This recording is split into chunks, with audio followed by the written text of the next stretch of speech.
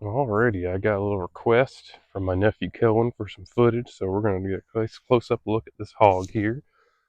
It's a little wild hog that I killed out deer and squirrel hunting the other day. You can see right here where the final shot was. And you might notice this leg is bent out a little funny. That's because one of the first shots hit right there before we finished it off up here.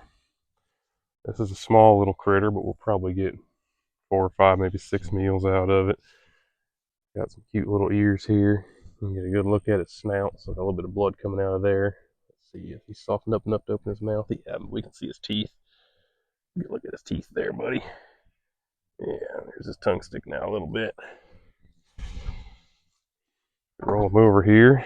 See, he's already gutted. I did that about 2 minutes after I shot him. See if we can get a look inside the rib cage there. That's where the heart and the lungs would normally sit. And there's some tasty little tenderloins. Those will cook up real good. And you can see his hair is real black and dark, and there's some real long, thick hairs. And under those, there's a little bit of shorter ones. There's some finer ones, especially as you get down here, but most of them are these long, coarse black hairs that are real rough. Get you a good look at his hooves. There's the front ones there.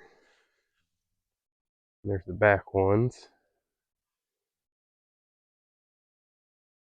See, that's what they go running around on. And there's his tail. It ain't coiled up now because he's dead, but sometimes it'll be kind of curly when you see him running around in one piece. That's him. I'll probably add in a little video of me cutting them up into pieces that are good for cooking.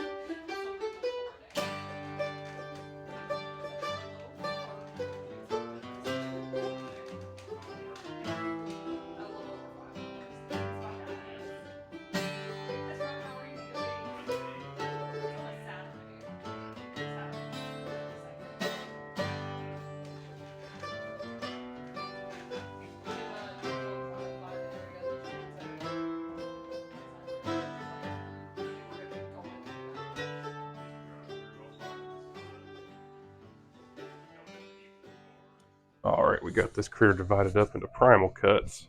I've gotten some questions from my nephew about how I eat this, so we're just going to go through them real quick. Here's a back ham. I could grind that up, or I'll more likely just keep it whole and make some pulled pork out of it, nice slow cooked.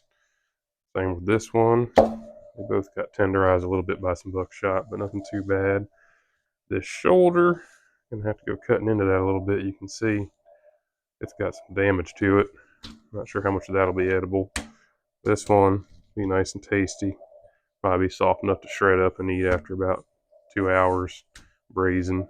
And then it has some high quality cuts here, 2 little bitty tenderloins. And then these are the cuts that pork chops are made out of. Those will be real nice too.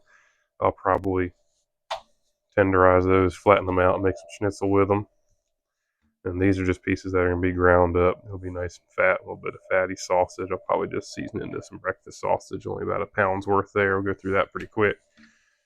And this one's pretty small, but I think his ribs have enough meat on them that I'll be able to get a couple of meals out of them in the smoker. And can't figure out what to do with the head yet. I might try to make some with it. A little bit of fat here. We'll render that down into some cracklings and some lard, make some good cooking.